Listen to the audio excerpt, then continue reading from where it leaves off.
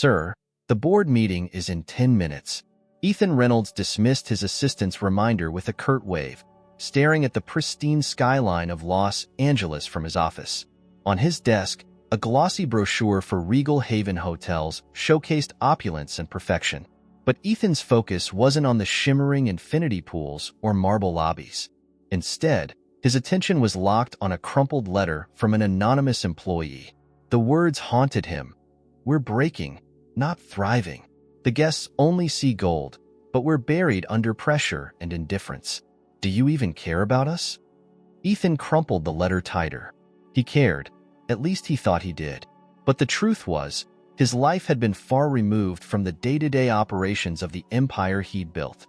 This letter wasn't just an isolated grievance. It was a wake-up call. Something was wrong, and the polished reports from his executives weren't telling him what. "Cancel the meeting," he said, standing abruptly. His assistant hesitated. "Cancel it, Mike. I need to make arrangements. Book me a room at the Los Angeles property. Under a different name." "Sir, I'm going undercover." Ethan's first day as Evan Clark began before dawn, standing awkwardly in a staff orientation meeting. The HR manager barely glanced at him, handing him a uniform and a stack of guidelines. "Housekeeping team," she muttered, shuffling him off. By the time Ethan reached the housekeeping office, the day's chaos was already in full swing. Supervisors barked orders, and carts overloaded with cleaning supplies lined the hallways. Ethan's new manager, a wiry man named Tom, approached him with a clipboard. "You're late," Tom snapped, thrusting a list of rooms into Ethan's hand. "8th floor, 2 suites. Guests checking in by noon, so they better shine." Ethan nodded, adjusting the too-tight uniform and pushing his cart to the elevator. As he worked through the first room, scrubbing tiles and replacing linens, he overheard snippets of conversations from other staff. Complaints about management, rumors of withheld bonuses, and the relentless pressure to meet impossible standards filled the air. It was clear the facade of luxury came at a high cost to those behind the scenes. In the second suite, Ethan encountered Marcus, a security guard on his rounds. Marcus chuckled as he caught Ethan struggling with a vacuum cord. "First day?" "Yeah," Ethan replied, trying to sound unremarkable. "Don't sweat it. You'll learn quick." "If Tom doesn't chew you up first," Marcus lingered, his friendly demeanor a stark contrast to the tension Ethan had felt since arriving. They chatted briefly before Marcus moved on, and Ethan was struck by the camaraderie among the lower ranks, even amid their shared frustrations. As Ethan returned to the staff area for a break, he noticed a young woman arguing with the kitchen supervisor. "I'm telling you, the order was late, and we had to make do," she insisted, her tone firm but controlled. "Excuses don't cut it, Ava," the supervisor retorted. "Fix it or find another job."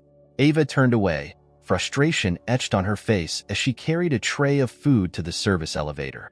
Ethan followed her, pretending to refill his cart nearby. "You okay?" he asked, catching her attention. She glanced at him, surprised.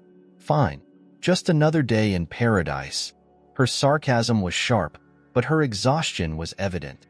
She introduced herself reluctantly, explaining she worked as a sous chef while juggling care for her younger sister at home. "Why do you stay?" Ethan asked, genuinely curious. Ava shrugged. "Because dreams don't pay bills.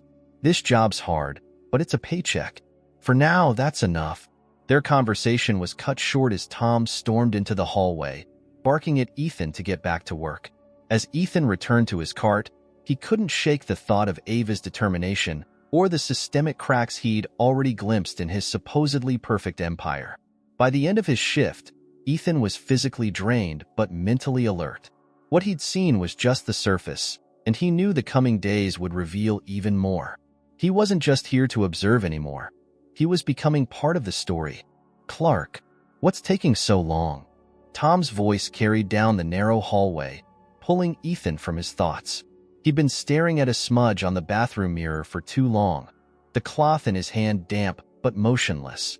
The day's work had left him sore, but it was the conversations, not the labor, that weighed heavier. "On it," Ethan called back, scrubbing furiously to erase the streak. By mid-morning, Ethan had finished his assigned rooms, and was sent to assist another team member. She was a petite woman named Rosa, whose hands moved with a speed and precision Ethan couldn't match if he tried. Rosa had been working at the hotel for nearly 8 years, but the smile she wore when speaking with guests vanished the moment she stepped into staff areas. "They act like we're invisible," she said, gesturing toward the closed door of a suite. "Unless something's wrong, then they see us." Ethan paused, unsure of how to respond. "Do you ever say anything to management?" Rosa let out a dry laugh. "What's the point? Complaints go up the chain, and nothing comes back down. Leonard only cares about numbers." Leonard Brooks. The name was coming up too often for Ethan's liking. As general manager of the Regal Haven Los Angeles, Leonard was supposedly a cornerstone of the operation. Yet, based on what Ethan had overheard and witnessed, he was far from the leader the hotel's reputation demanded. Later that day, Ethan found himself in the employee break room, nursing a bottle of water and trying to blend in. Ava was seated at a nearby table, scribbling in a small notebook. "What are you working on?" he asked, sliding into the seat across from her. She closed the notebook quickly, her expression guarded. "Just some recipes," she said. "Not that it matters. They don't care what the kitchen staff thinks." "You sound like you've been through this before," Ethan said, leaning forward. Ava hesitated, her eyes narrowing slightly as if assessing whether to trust him. "Let's just say I've learned not to expect too much from people in charge. It's all about profit. The rest of us? We're expendable." Her words hit harder than she likely intended. Ethan felt a pang of guilt, but masked it with a nonchalant nod. He was beginning to understand why the anonymous letter had been written. Before he could reply, an announcement crackled over the intercom. "Attention staff, there will be a meeting in the main hall at 3 p.m. Attendance is mandatory." Ava groaned. Another pep talk from Leonard. Just what we need. At 3 p.m., Ethan joined the other employees in the staff hall, a drab room that felt worlds apart from the glamorous lobby above. Leonard Brooks stood at the front, impeccably dressed, his smile wide but hollow. "First, let me thank each and every one of you for your hard work," Leonard began, his tone dripping with insincerity. "The Regal Haven wouldn't be what it is without you." Ethan watched his eyes rolled and quiet murmurs spread through the room. Leonard's speech continued, a predictable blend of motivational platitudes and thinly veiled warnings about maintaining standards. "We have some of the most discerning guests in the world," Leonard said, pacing theatrically. "Their expectations are high, and it's our job to exceed them. If anyone feels they can't meet those expectations, I suggest reevaluating whether this is the right place for you." The room fell silent, the weight of his words pressing down on the staff. Ethan clenched his jaw, his frustration mounting. Leonard's delivery was polished, but his message was clear. "You're disposable." After the meeting, Ethan lingered near the back, observing Leonard as he exchanged pleasantries with a few supervisors. He noticed how Leonard's smile faltered when speaking with lower-level employees, replaced by a sharp, condescending tone. As Ethan returned to his cart, he resolved to keep digging. Leonard was the key to understanding the dysfunction within the hotel, but uncovering the full truth would require patience and careful maneuvering. Ethan's third day on the job began with an unusual tension in the air. The staff lounge buzzed with hushed conversations about a last-minute VIP event that Leonard had announced late the previous evening. Every department was scrambling to meet the unrealistic demands, and the strain was evident in the sharp exchanges and hurried movements of the employees. Ethan's own list of tasks had doubled, leaving him to rush through room turnovers while keeping an ear out for the undercurrent of complaints that rippled through the halls. "Can you believe this?" Rosa muttered as she wheeled her cart alongside Ethan's. "They want the penthouse suite ready in 2 hours, and the guest isn't even staying overnight. Why the rush?" Ethan asked, curious. "Who knows? Probably some bigwig Leonard's trying to impress. All I know is, they're throwing us into overdrive for nothing." As they worked side by side, Ethan noticed the weariness etched into Rosa's face. He'd seen it in others, too. A collective exhaustion that went beyond the physical. It was the look of people who had long since stopped expecting fairness. Halfway through the morning, Ethan overheard a heated argument in one of the service corridors. Turning a corner, he saw Ava standing toe-to-toe with the kitchen supervisor, her arms crossed defiantly. "I told you, we didn't have the ingredients because the supplier shorted us," Ava said, her voice low but firm. "That's not my problem," the supervisor snapped. "Figure it out or get out of the way for someone who can." Ethan stepped closer, careful not to draw attention. Ava's face was a mix of frustration and determination, and for a moment, he thought she might quit on the spot. But instead, she turned and walked away, muttering something under her breath. Later, Ethan caught up with her as she unloaded trays in the kitchen. "You okay?" he asked, keeping his tone casual. She looked up, surprised. "Fine. Just another day of being blamed for things out of my control."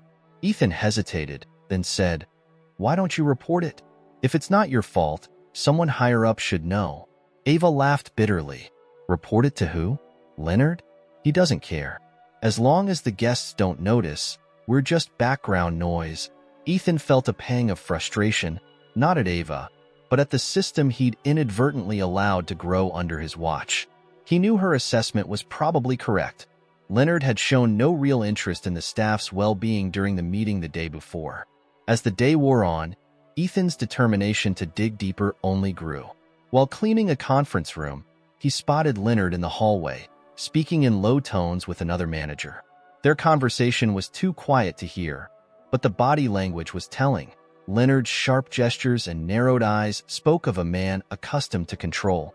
That evening, Ethan stayed late, volunteering to help clean up after the VIP event. The penthouse suite was a spectacle, with crystal chandeliers and imported furniture that reeked of extravagance.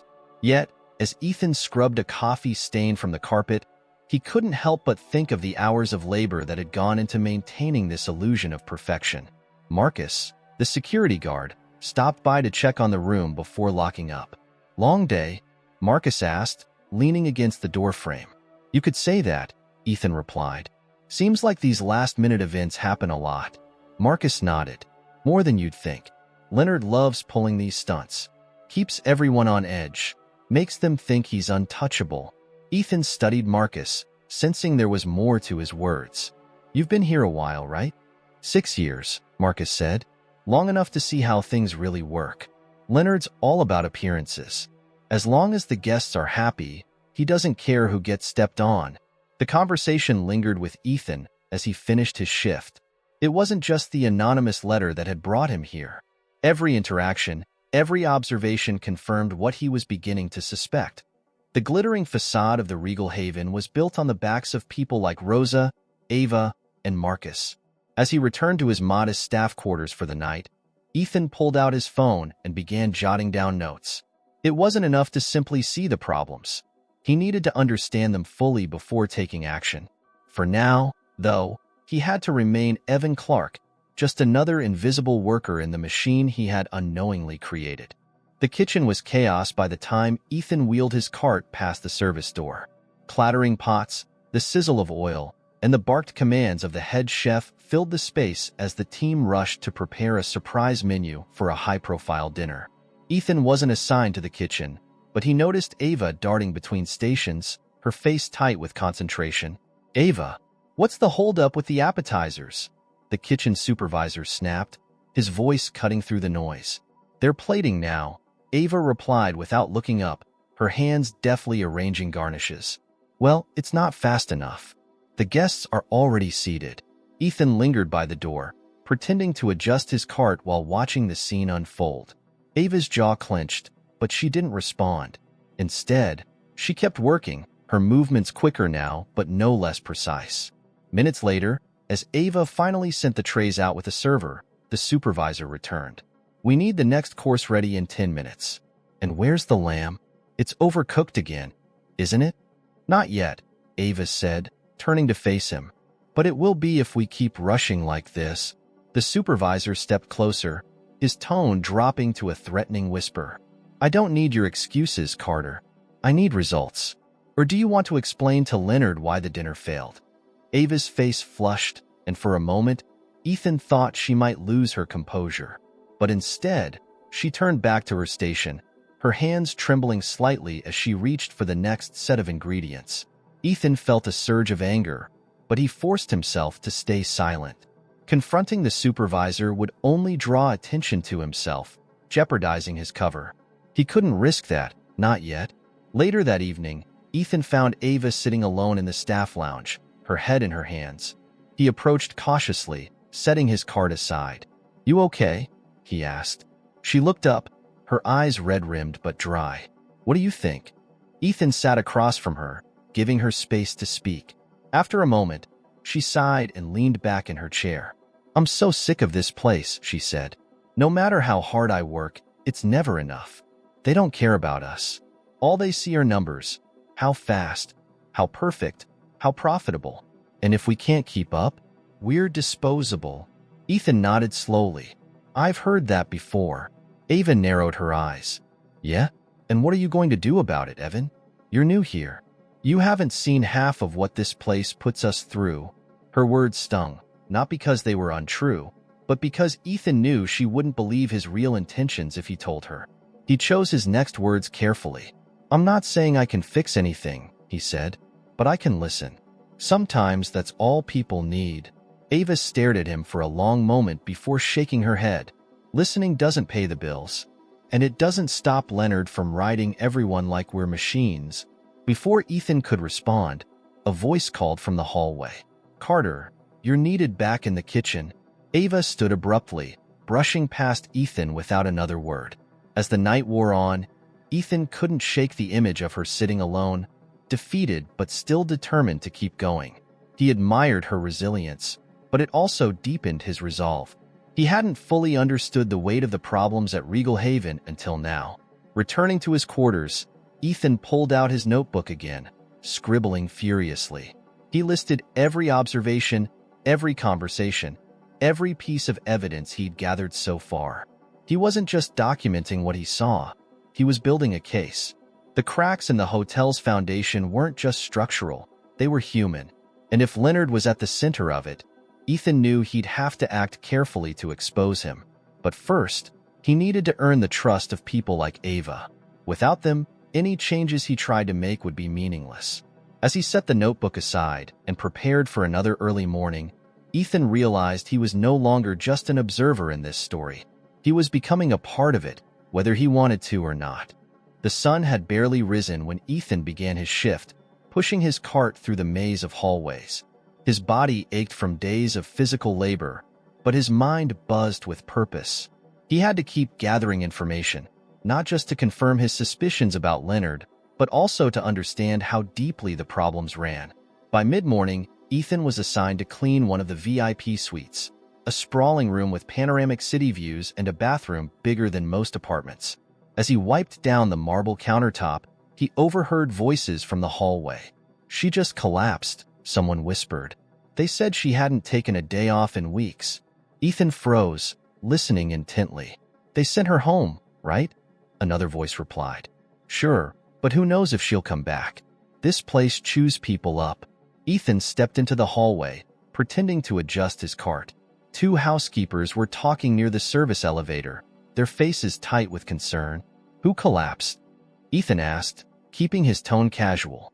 "Rosa," one of them replied, glancing around nervously. "She passed out in the laundry room this morning. They said it was exhaustion." Ethan's stomach dropped. Rosa had been one of the first people to welcome him, her tireless energy masking the toll this job clearly took on her. "Did she say anything before it happened?" Ethan pressed. "She didn't have to," the other housekeeper said bitterly. "Management keeps piling on shifts, and no one wants to complain because they're afraid of getting fired." Ethan thanked them and returned to his work, but the news gnawed at him.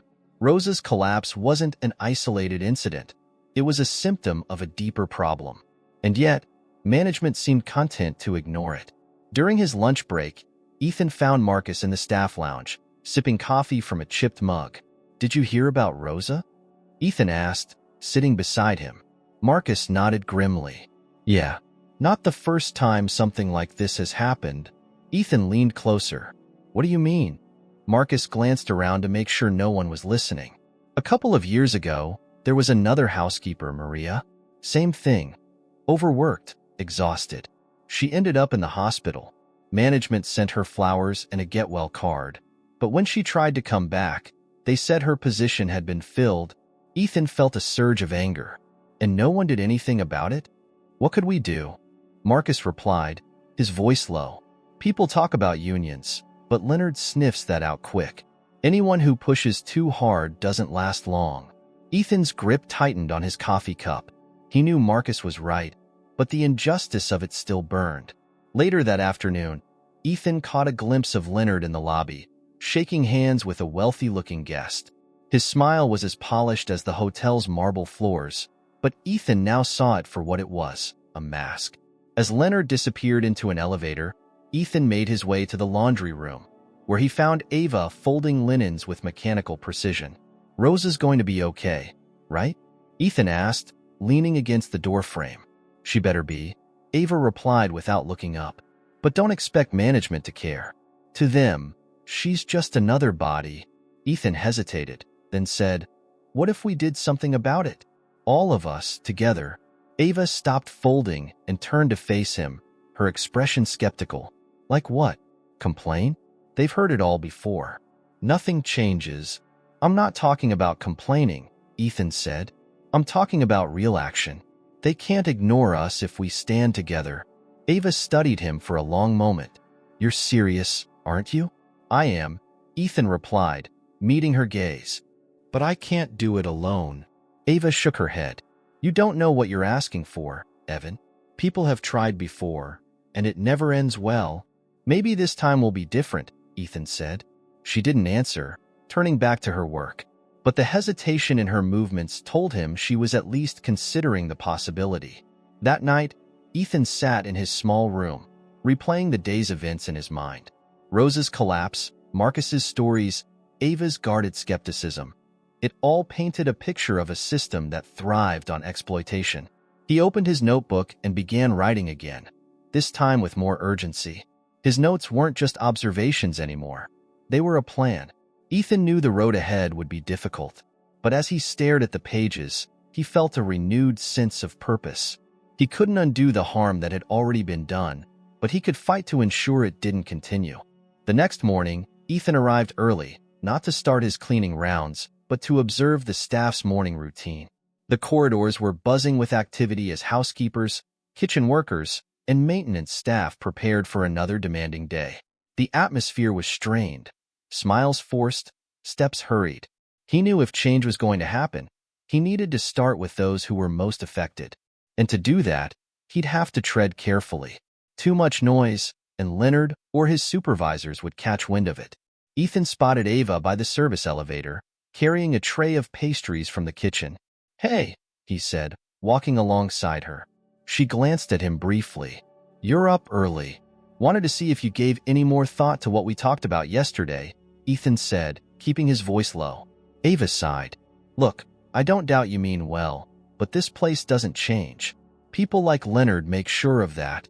Maybe Leonard doesn't have as much power as he thinks, Ethan replied. What if everyone spoke up? They can't fire the whole staff. Ava stopped and turned to him, her eyes searching his face. You really don't get how this works, do you? People here can't afford to lose their jobs. Most of us are one paycheck away from being out on the street. You think anyone's going to risk that for some idealistic crusade? Ethan hesitated. He knew she was right. Many of the workers here had families to support, bills to pay. The stakes were high. What if it wasn't a risk? He asked finally. Ava frowned. What do you mean? I mean we build something quietly. Start small, just a few of us. We figure out what's legal, what's safe. We don't do anything until we're ready. Ava's expression softened slightly, but her skepticism remained. And what happens when Leonard finds out? Because he always does. Then we make sure he can't shut us down, Ethan said. She didn't respond immediately, but as the elevator doors opened, she stepped inside and turned to face him. You're either brave or crazy. Probably both. As the doors closed, Ethan took that as a small victory. By midday, Ethan began testing the waters with other employees. He started with Marcus, catching him during a security patrol near the staff break room. Marcus, Ethan said, keeping his tone casual, can I ask you something? Shoot. What would it take for people here to stand up to management? To push back against guys like Leonard? Marcus raised an eyebrow. You're bold, I'll give you that. But you're also asking the wrong question. What's the right question? What happens to the first person who steps out of line? Marcus said, leaning closer. Leonard makes examples of people, fears his weapon.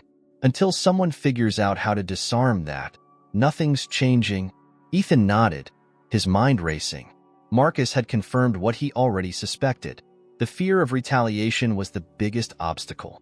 But fear could be countered with strength in numbers, careful planning, and, most importantly, exposing the truth. The turning point came later that afternoon when Ethan overheard a tense conversation between two maintenance workers in the storage area. Can't believe they're still using those rigs, one of them said, shaking his head. That lift's been malfunctioning for weeks. It's only a matter of time before someone gets hurt. Don't bother reporting it, the other replied. Last time I did, they told me to stop wasting time and get back to work. Ethan's chest tightened. Safety violations were not just unethical, they were dangerous. And they were exactly the kind of leverage he needed to rally support. He stepped into the room, feigning nonchalance. You talking about the loading dock lift? Both men looked at him warily. Why do you care? One asked. Because if it's unsafe, it's everyone's problem, Ethan said. And if management won't fix it, maybe it's time someone made them. The workers exchanged glances, their skepticism palpable. Good luck with that, one of them said. You'll be out the door faster than you can say union. Maybe, Ethan replied. But what if I wasn't the only one speaking up? What if all of us demanded better? The men didn't answer, but Ethan could see the seed of an idea taking root. That evening, Ethan met with Ava again, this time in the quiet corner of the staff lounge. I think I found our starting point, he said, explaining the maintenance workers' concerns. If we can document the safety issues and show management is ignoring them, it could force their hand. Ava listened, her expression thoughtful. It's a good idea, but it's risky. If they catch wind of what we're doing, we're done. That's why we have to be smart about it, Ethan said. No big moves yet, just gathering evidence, talking to people we trust. If we can prove there's a pattern, they can't ignore us. Ava hesitated, then nodded. Okay, I'll help. But if this backfires, it won't, Ethan said, though he wasn't entirely sure. As they began planning their next steps, Ethan felt the faint stirrings of hope. The path ahead was uncertain, but for the first time, he wasn't walking it alone. The following day, Ethan began quietly gathering evidence. Armed with a small notebook and his phone discreetly hidden in his cleaning cart, he made his rounds with a sharper focus. Every malfunctioning piece of equipment, every moment of unnecessary risk, he documented it all. At the service elevator, he watched as the faulty lift doors struggled to close, jerking awkwardly before finally latching. It wasn't just an inconvenience. It was an accident waiting to happen. As he wiped down the nearby control panel, he saw the maintenance log taped to the wall. Dozens of repair requests had been submitted for the lift, but none had been addressed. Ethan snapped a photo of the log before moving on. By mid-afternoon, Ethan found Ava in the laundry room, folding linens with practiced efficiency. He waited until the room was clear before approaching her. I've got something, he said, lowering his voice. Ava glanced around, then motioned for him to follow her to the supply closet. Inside, with the door closed, she crossed her arms. What is it? Ethan pulled out his phone and showed her the photo of the maintenance log. The elevator's been flagged for repairs multiple times. They've ignored every request. Ava's expression darkened as she scrolled through the log. It's worse than I thought. And it's not just the elevator, Ethan said. The kitchen's refrigeration system is overdue for servicing, and the fire extinguishers in the east wing are expired. Ava looked up sharply. Expired extinguishers? You're kidding. Ethan shook his head. I double-checked. This place is a ticking time bomb. Ava exhaled slowly, her frustration evident. Okay, so we've got evidence. But what do we do with it? We show it to people we trust, Ethan said. Get them on board. If enough of us push back, they'll have to listen. Ava frowned. You're asking people to stick their necks out. That's a lot to ask. I know, Ethan said. But if we don't, nothing changes. She studied him for a moment, then nodded. Fine, but we need to be careful. One wrong move and this all falls apart. That evening, Ethan approached Marcus during his break, sitting beside him at the edge of the staff parking lot. You're quiet today, Marcus said, taking a sip from his thermos. I've been thinking, Ethan replied. What if we had proof, real, undeniable proof, that this place is cutting corners on safety? Marcus raised an eyebrow. You have something? Ethan handed him the phone, showing the photos of the elevator log and fire extinguishers. Marcus scrolled through the images, his face hardening. This is bad, Marcus said. It's more than bad. It's dangerous, Ethan replied. And it's not just equipment. People are getting hurt, pushed to their limits. Rose's collapse was a warning. If we don't act, someone else might not be so lucky. Marcus was silent for a long moment, then handed the phone back. You're playing a dangerous game, Evan. I'm not playing, Ethan said firmly. This isn't about taking risks. It's about doing what's right. Marcus leaned back, his expression thoughtful. You're serious about this, aren't you? I am, Ethan said. But I can't do it alone. After a moment, Marcus nodded. Okay, I'm in. But we've got to be smart about this. Leonard's got eyes everywhere. With Marcus on board, Ethan felt the momentum shift. Over the next few days, he and Ava quietly reached out to others, housekeepers, kitchen staff, maintenance workers. They shared their findings carefully, gauging reactions before revealing too much. To Ethan's relief, most of the staff were eager to join. They were tired of the long hours, the unsafe conditions, the constant fear of losing their jobs. For the first time, they saw a chance to fight back. By the end of the week, they had a small but dedicated group ready to take action. Their goal was simple: force management to address the safety violations and improve working conditions. Ethan knew it wouldn't be easy, but as he looked around at the faces of his newfound allies, he felt a spark of hope. Late one night, Ethan sat in his room, reviewing his notes. The plan was coming together, but the stakes were higher than ever. If Leonard discovered what they were doing, the consequences would be severe. Still, Ethan couldn't shake the feeling that they were on the verge of something big. The staff at Regal Haven had been silenced for too long. Now, they had a voice, and they were ready to use it. The next morning, Ethan pushed his cleaning cart into one of the unoccupied banquet halls, his steps careful and deliberate. His heart raced as he prepared for what he knew was a pivotal moment. On the floor beside his mop bucket was a folder filled with evidence. Photos of the faulty elevator, the expired fire extinguishers, and copies of the ignored maintenance logs. This was their first act of defiance. Ava arrived a few minutes later, her expression a mix of determination and nerves. You sure about this? She whispered. Not entirely, Ethan admitted. But we need to start somewhere. Together, they taped the folder to the inside of a supply closet door, a spot where the staff would find it but management wouldn't immediately see. The idea was to circulate the information quietly, giving workers the chance to absorb it without drawing attention. As Ava secured the last piece of tape, she stepped back and exhaled. Let's hope this doesn't blow up in our faces. By lunch, the whispers had started. Ethan overheard fragments of conversations in the staff lounge and the break areas. Did you see it? One housekeeper asked another, glancing around nervously. Yeah, the other replied. Unbelievable. They've been sitting on this for months? Ethan kept his head down, pretending not to listen. The staff were beginning to connect the dots, to see the pattern of neglect that put them all at risk. It was exactly what he had hoped for, but not everyone was convinced. Later that afternoon, Marcus pulled Ethan aside in the hallway, his expression tense. You're playing with fire, Marcus said. What do you mean? Ethan asked, feigning ignorance. Marcus crossed his arms. You think Leonard won't find out about this? He's got informants everywhere. If he gets wind that you're behind this... Ethan met Marcus's gaze, his voice steady. That's why we're being careful. The folder doesn't name anyone. It's just the facts. That won't matter if he decides to crack down, Marcus warned. Just watch your back. By the end of the day, the tension was palpable. Management hadn't discovered the folder yet, but the staff's newfound awareness was impossible to ignore. Workers who had once been resigned to their circumstances now exchanged knowing looks. their usual silence replaced with cautious murmurs of agreement. Ava found Ethan in the service corridor as he was finishing his shift. "It's working," she said, her voice low but excited. "People are talking. I even heard one of the kitchen guys mention the idea of a union."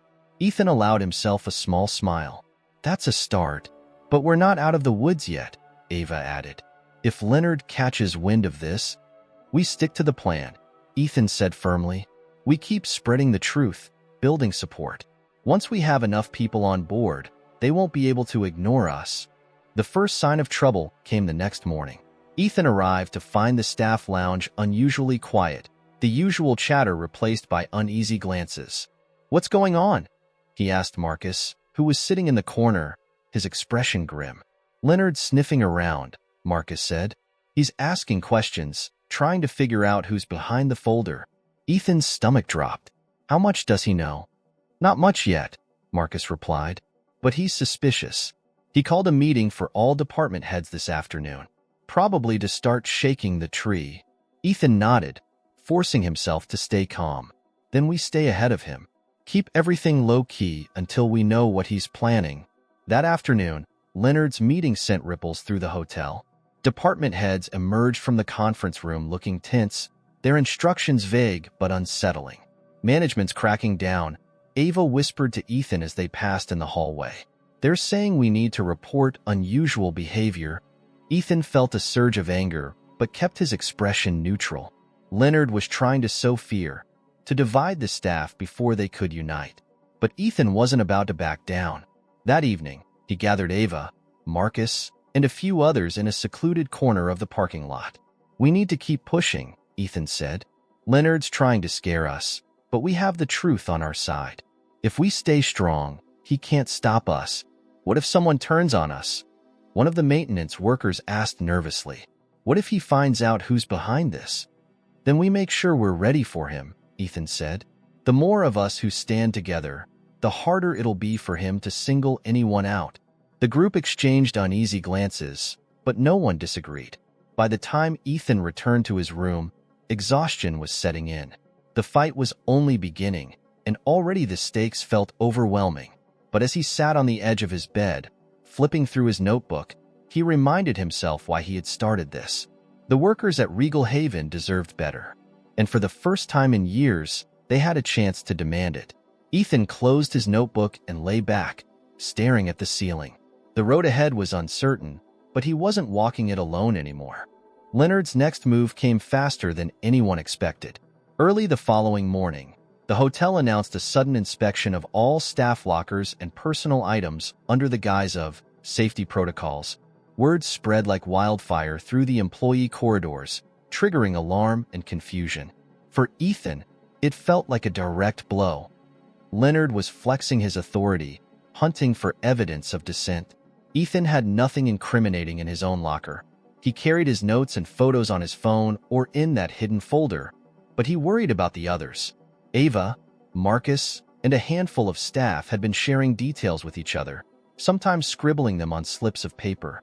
If anyone stored those papers unsafely, Leonard would have cause to pounce.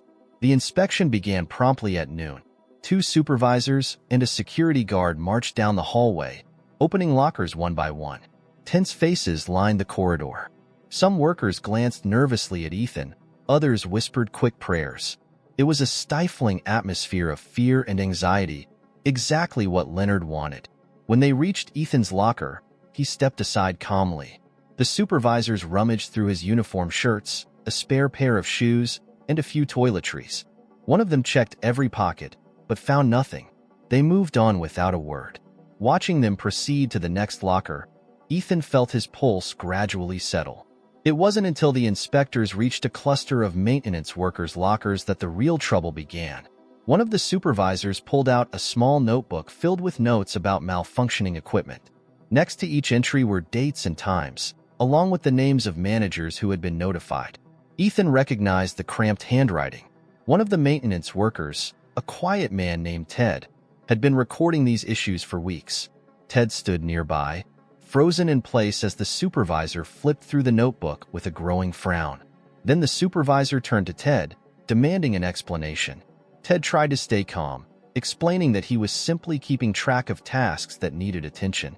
The supervisor, unimpressed, signaled to the security guard.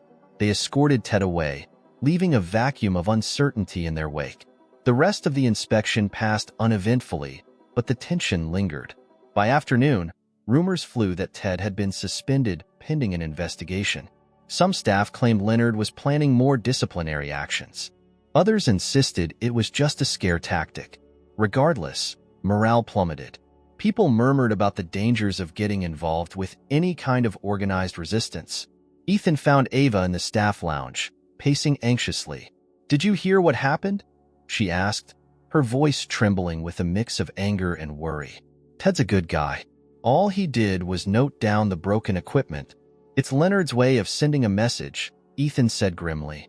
"He wants people too scared to speak up." Ava sank into a chair. "What do we do now? Everyone's freaking out." Ethan pulled up a seat beside her. "We keep going, but we stay careful. This confirms we're onto something big. Leonard wouldn't react like this unless he was worried." Ava looked unconvinced. "Or he's just ruthless. Either way, the staff are spooked. If Ted can get suspended for a notebook, imagine what they'll do if they find out about our folder." Ethan felt a flicker of doubt. He knew they were gambling with people's livelihoods. Yet, if they backed down now, all the progress they'd made would vanish. "We have to rally around Ted," he said. "Show that this is exactly the kind of intimidation we're fighting." Marcus joined them a few moments later, looking grim. "I tried talking to the HR manager about Ted's suspension," he said, sinking into a chair. "She brushed me off, said it was a management decision. Wouldn't even give me a timeline for when he might come back." Ava clenched her fists. "And Ted's got 2 kids at home. This is the last thing he needs." Marcus nodded. "Word is that Leonard's threatened to fire anyone caught with unauthorized documentation. He's painting normal record-keeping as some sort of sabotage." Ethan took a breath, forcing himself to stay calm. "We need a plan to help Ted, but we can't rush. Let's gather everyone tonight, discreetly, and decide our next move." They agreed to meet after the last shift in an empty lot behind the parking structure. Throughout the rest of the day, Ethan spread the word quietly, making sure no one alerted management. He saw that some employees hesitated, fear evident in their eyes. But enough of them nodded in agreement, driven by a mix of frustration and solidarity. Night fell, and the group gathered by the faint glow of a lone street lamp. Ava, Marcus, a handful of housekeepers, maintenance workers, and kitchen staff formed a tight circle, speaking in hushed tones. Ted's suspension had shaken them, but it had also given them a tangible rallying point. "We need to show this is about safety, not rebellion," Ethan said, addressing the group. "Ted was only documenting problems that put all of us at risk. Management can't ignore that forever." Ava spoke next. "What if we approach the local labor board or a lawyer? If we have proof of unsafe conditions, it might protect us from retaliation." A few nodded in agreement. One maintenance worker mentioned he had a friend who worked at a legal clinic. "I can ask him if there's a way to file a complaint anonymously," he offered. Marcus raised a concern. "That's good, but be careful. If Leonard suspects an outside agency is getting involved, he might clamp down even harder." Ethan glanced around the circle. "It's a risk, but so is doing nothing. Ted's living proof that management won't hesitate to punish people." After a bit more discussion, the group decided to proceed. They'd quietly gather statements, compile evidence, and seek advice from the labor board, keeping their involvement as hidden as possible. Despite the fear and uncertainty, the resolve in that circle felt stronger than before. Ted's suspension had turned their anxiety into anger, and anger could be a powerful motivator.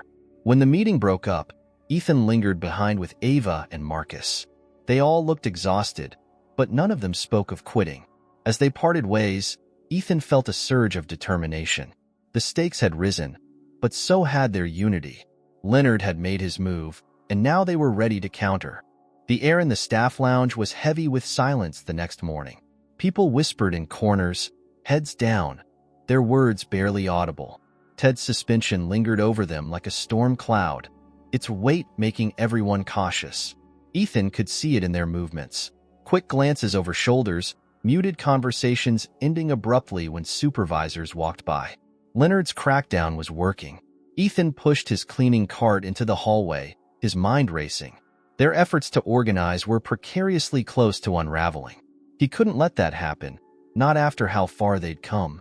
But he also knew that pushing too hard, too fast would risk the entire movement. He decided to test the waters. During a break, he approached Rosa, who had returned to work after her collapse. She sat in the corner of the lounge, sipping tea and scrolling through her phone. "How are you feeling?"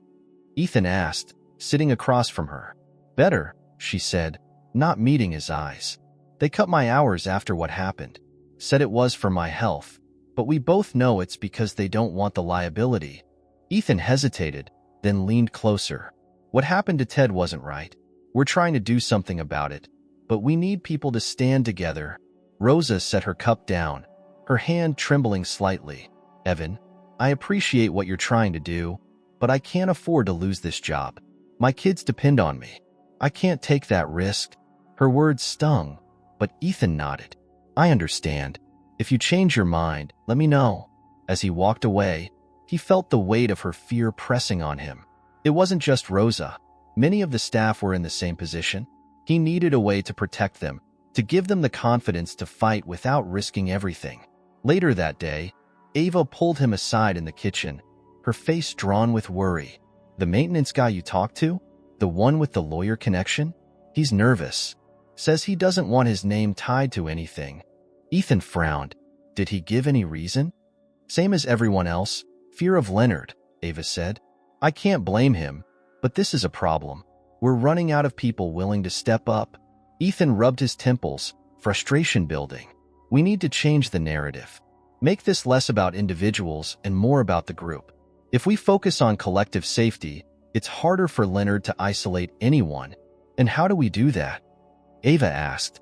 Ethan paused, an idea forming. "We go public. Not loudly, just enough to make it impossible for management to cover up the issues." Ava's eyes widened. "Public? Are you serious? That could backfire. If Leonard finds out, he'll come down on everyone even harder." "Not if we're smart about it," Ethan countered. "We release the evidence anonymously. Let the outside world hold management accountable." Ava hesitated, then sighed. "It's risky, but at this point, what isn't?"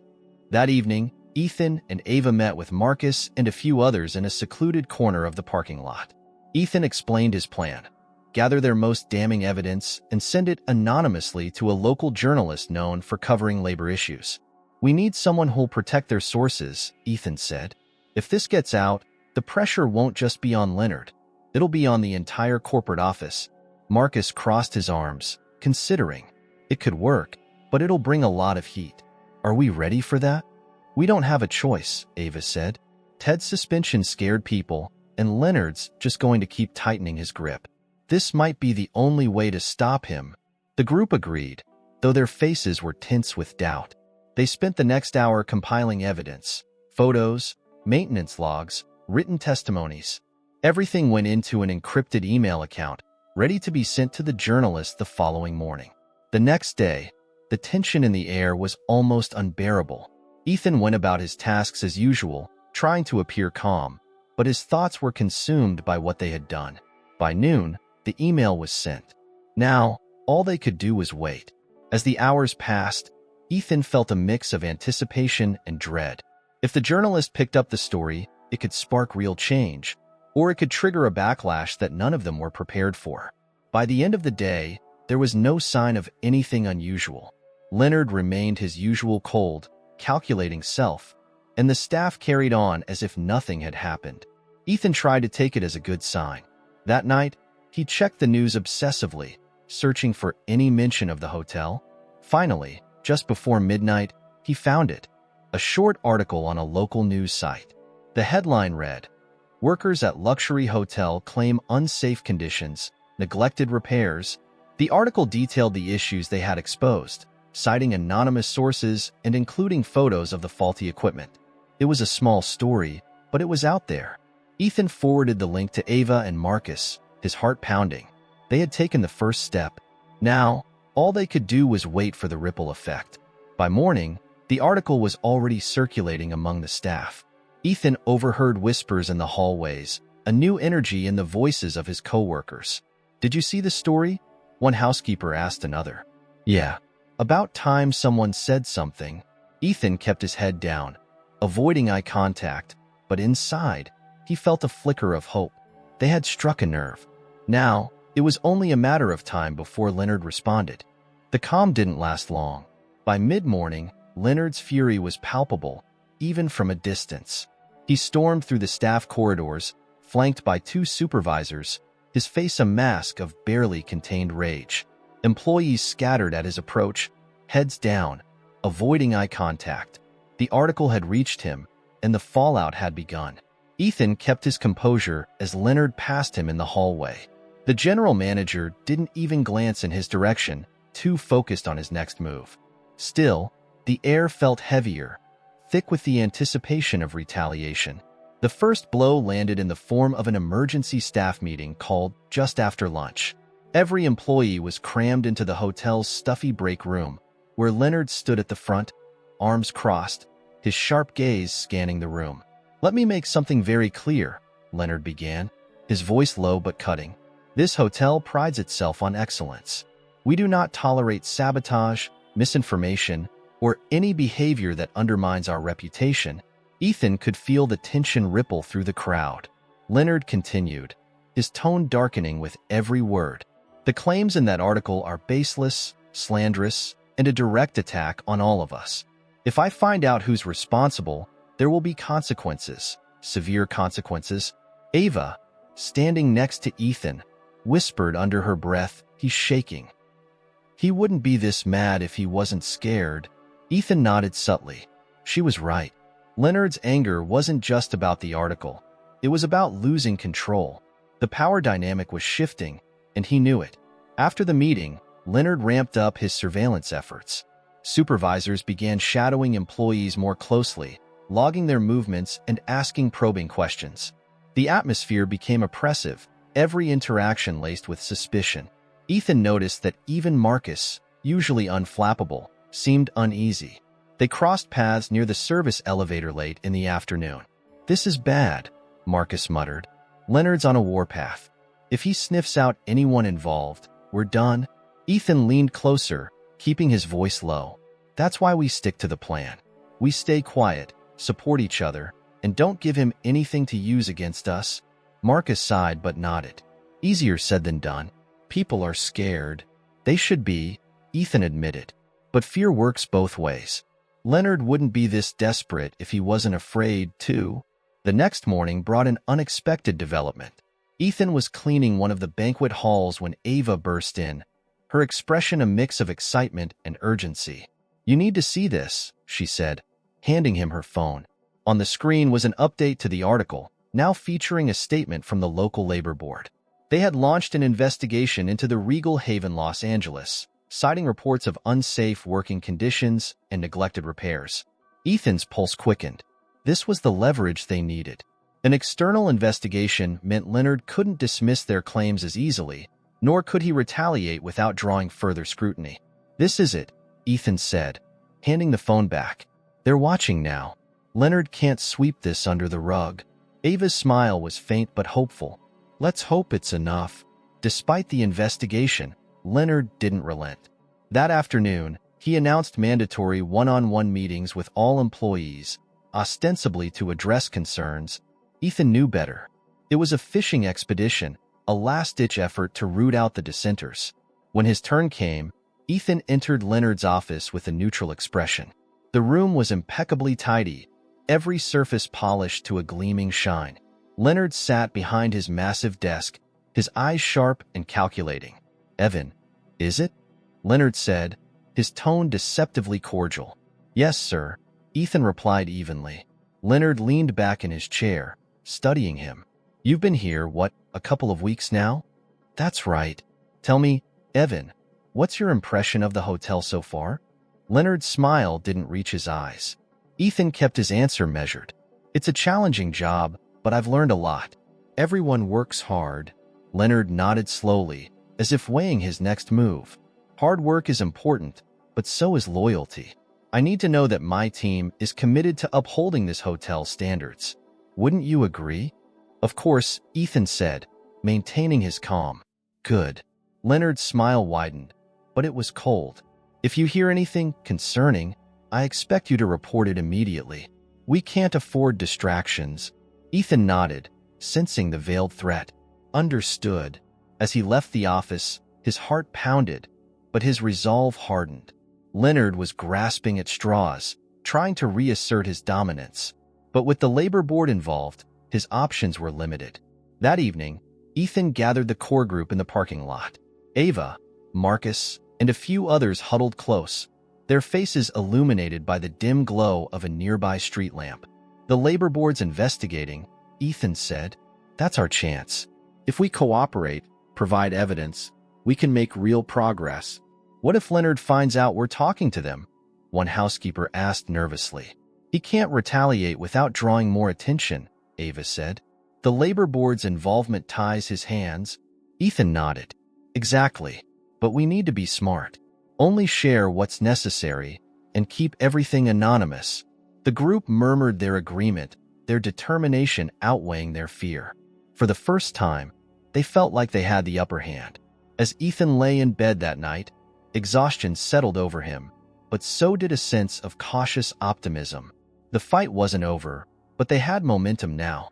Leonard's grip was slipping, and with every step forward, the cracks in his authority widened. The tension in the hotel reached a boiling point over the next 2 days. The labor board's investigation cast a shadow over everything, with inspectors discreetly visiting the property and speaking to staff members. Management tried to maintain an air of normalcy, but the cracks were impossible to ignore. Leonard became increasingly agitated, his sharp reprimands echoing through the hallways. Ethan watched carefully, ensuring he and the others avoided suspicion. He kept his head down, working diligently, but his focus was on the labor board's progress. Ava had shared that the inspectors were receptive and seemed genuinely interested in uncovering the truth. They asked me about the refrigeration system, she whispered to Ethan during a break. I told them everything. The delays, the half-fixes, all of it. They were taking notes like crazy. That's good, Ethan replied. The more they know, the harder it'll be for Leonard to spin this. But Leonard wasn't giving up easily. On the third day, he announced a sudden staff meeting, his tone leaving no room for excuses. Ethan, Ava, Marcus, and the others filed into the hotel's conference room, where Leonard stood at the front, flanked by corporate representatives. The room buzzed with unease as Leonard began speaking. I want to address the recent interference we've experienced, he said, his voice sharp. Outside parties have no business meddling in our operations. We are a family here, and families resolve their issues internally. Ethan felt Ava stiffen beside him. He glanced around the room, noting the nervous expressions on the other workers' faces. Leonard's attempt to frame the investigation as an attack on the hotel's unity was manipulative, but it wasn't landing as strongly as it might have a week ago. As of today, Leonard continued, we will be implementing stricter protocols to ensure that all staff comply with our standards. Any further violations will result in immediate action. Ethan's jaw tightened. This was Leonard's last card, intimidation through heightened scrutiny. But it was a desperate move, and desperation made mistakes more likely. After the meeting, Ethan regrouped with Ava and Marcus in the break room. Marcus leaned against the counter, his arms crossed. He's doubling down, but you can see he's losing control. People aren't buying his family speech anymore. Ava nodded. He's trying to scare us, but it's not working like it used to. The labor boards got him cornered. Ethan considered their next move. We need to keep the pressure on. The inspectors are already digging into the safety violations, but if we can show a pattern of mistreatment, they'll have an even stronger case. Marcus raised an eyebrow. How do we do that without getting people fired? Ethan hesitated, then said, we focus on written statements. Anonymous, detailed accounts of what people have experienced. If enough of us come forward, it'll be impossible for Leonard to pin it on any one person. The group agreed, and over the next 2 days, they quietly gathered testimonies from staff members. Some were hesitant, but others, emboldened by the labor board's presence, shared their stories willingly. One housekeeper described being denied sick leave despite a doctor's note. A maintenance worker recounted being ordered to patch equipment that should have been replaced entirely. Even Rosa, initially reluctant, contributed her account of collapsing from exhaustion and being reprimanded instead of supported. On the fifth day, the labor board investigators called a meeting with Leonard and his corporate team. Ethan heard about it through Marcus, who had seen them heading into the boardroom with thick folders in hand. Hours passed, and the hotel buzzed with speculation. By evening, word began to trickle out. Leonard was being placed on temporary leave, pending the investigation's conclusion. Ethan found Ava and Marcus near the loading dock, their faces a mix of disbelief and cautious relief. "He's out," Ava said, her voice barely above a whisper. "At least for now." "It's not over yet," Marcus added. "But it's a step." Ethan nodded. "This is what we've been fighting for. We've shown that things can change." The next morning, the hotel issued a formal statement to all employees. It acknowledged the labor board's findings and promised to address safety concerns and workplace practices. While it stopped short of admitting fault, the tone was conciliatory, a clear departure from Leonard's combative rhetoric. For the first time in weeks, the staff felt a sense of hope. Small changes began to ripple through the hotel. Repairs that had been delayed for months were suddenly prioritized, and supervisors became less aggressive in their oversight. It wasn't a complete victory, but it was progress. Ethan, Ava, and Marcus met one last time in the parking lot. The atmosphere was lighter than it had been in weeks. "This is just the beginning," Ava said. "There's still so much to fix." Ethan smiled. "But now we know we can fix it. Together." As they parted ways, Ethan reflected on the journey they had taken. He had come to the regal haven to uncover the truth, but in the process, he had found something deeper. A community of people who, despite their struggles, refused to be silenced. Ethan knew his work wasn't finished, but for the first time, he felt like he was on the right path. This story shows us the power of unity and courage to face what seems impossible. And you? Have you ever thought about the impact your actions could have in transforming your reality? Share your thoughts in the comments. And don't forget, there are many more inspiring stories coming your way, so make sure to subscribe to the channel and turn on notifications to never miss the next videos.